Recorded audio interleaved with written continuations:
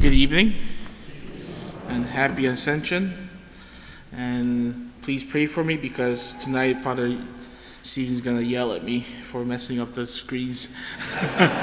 he's gonna scream at me all night long. I'm just kidding. But no dessert for Father Jay tonight. But as many of you may have already know, and if you have seen Father Stephen's the weekly video this Monday, and if you see it, watch it all the way to the end, many of you may already know that this July 1st, I'll be going to a new assignment. And if you didn't know, surprise.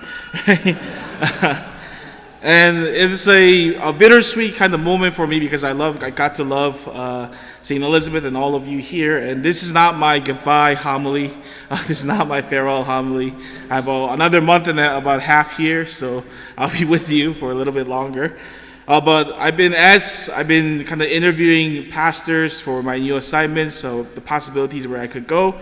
The sense of adventure that I had, that's going to a new place and being learning new things, kind of has been lessening as the day comes closer and closer.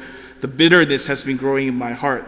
The sadness has been growing in my heart that very soon I have to say goodbye to this parish. And as in that mindset, I've been praying and praying and praying, and all of my reflection lately has been about unity, union. And I think our Lord, especially on this Ascension, solemnity of our Ascension, has came to me and consoled me with the wonders and the beauty of Ascension. Because the Ascension essentially is our Lord saying, I gotta go, I'm leaving you, but I'll be closer to you.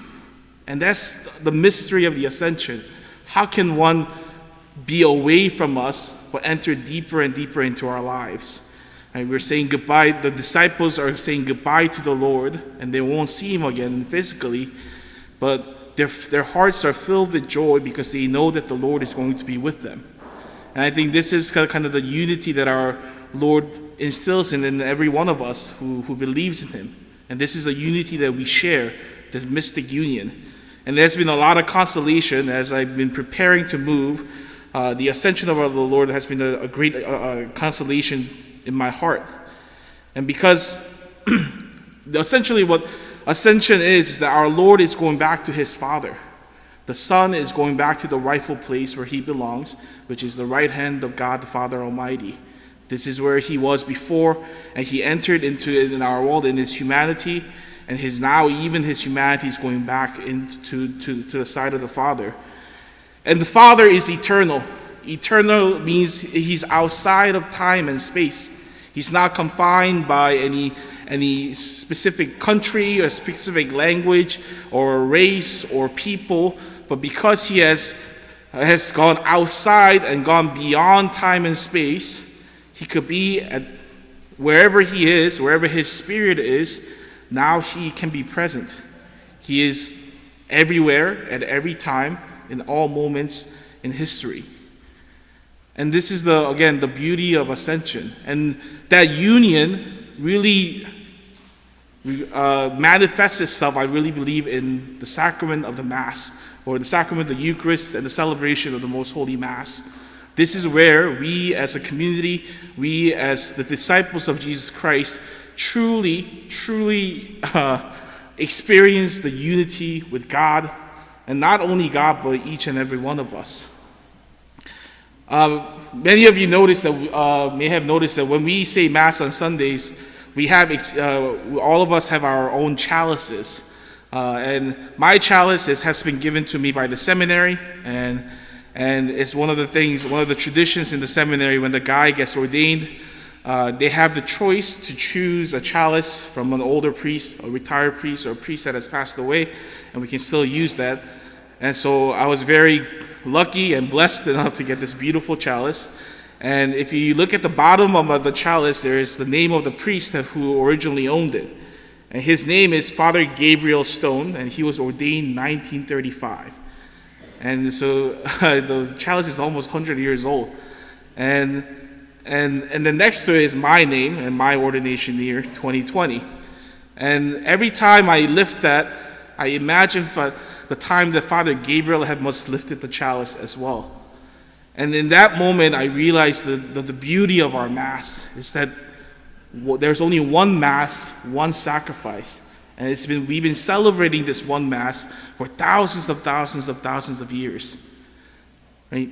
It's not a different Mass. We may have different readings, we may have different homilies prepared for it, but every time we come to the Mass, we are celebrating one sacrifice that our Lord has done 2,000 years ago. Right? And we are all we at this moment have transcended time and space, and we're in this eternal realm at this moment. Just imagine all of us here, but not just us, but all of the people in this world celebrating this Mass. We're joining onto them. There's that unity there. And I imagine that it goes even further, right? That it's not just us right now, but it's St. Peter, the first pope, who have also raised his chalice back in the day in a small probably house church, right? In the times of persecution. Right? He's the lifting that same chalice that as our Lord has done in the upper room, right? It's not just St. Peter, but right, St. John Vianney, St. Jose Escriva. I'm just naming my favorite saints, right? St. Philip Neri, all these great saints who have celebrated the Mass. They're here as well. And it's this sense of unity that gave me consolation. Yes, I may be leaving you, and I have to say goodbye to you, but whenever I lift that chalice up wherever I am, I'll be still united with you. I'll be still praying with you. I'll be worshiping the Father with you. And in that light, our Lord, I think, can give us a consolation to each and every one of us. We have lost in our lives someone who is beloved to us, who has been connected to the Eucharist, but who has been connected to the Eucharist in a mysterious way. I remember, my grandfather on my dad's side passed away when I was 7. I don't really remember him too much because it's such a long time ago, and I really don't remember my youth as in Korea that much. But I know he was a wonderful person. He passed away from Alzheimer's, and I didn't really get to know him too much. And that was my one kind of desire, that I get to meet him, I get to talk to him, I get to know him. But every time, again, the Eucharist is lifted up. Every time that the chalice is lifted up, every time that I receive the most holy body and blood and soul and divinity of our Lord in the Eucharist, I'm united to my grandfather, who has been receiving this sacrament for years and years and years. Right? And this is the same for you. The ones that you have loved, the ones that we have loved in the past, who has shared this Eucharistic meal, every time that our Lord is made present, right, all of us, all of them are made present as well. And in that moment, right, this great love of our Lord, and not just the love of our Lord, but the love of all our loved ones are made present. What a beautiful sacrament that is. What a beautiful mystery of ascension that is. That because our Lord has gone to heaven, now he has allowed not just you and I here to be united, but all of the people beyond time and space to be united. And the wonderful thing is, there's a mystery here as well. Again, this mystery is that even in the future, our grandchildren, our great-grandchildren, our great-great-grandchildren who will be celebrating, right? We had a First Communion today, right? Who received the Eucharist for the first time. They have, they're second graders, so I don't really expect them to realize the depth of it, but what they just have experienced. That we somehow, again, are united to these future generations that we will never meet, that we will never be capable of meeting, but we are still, now because we are united in our Lord, our hearts can go out to them. We are now able to love even those in the future.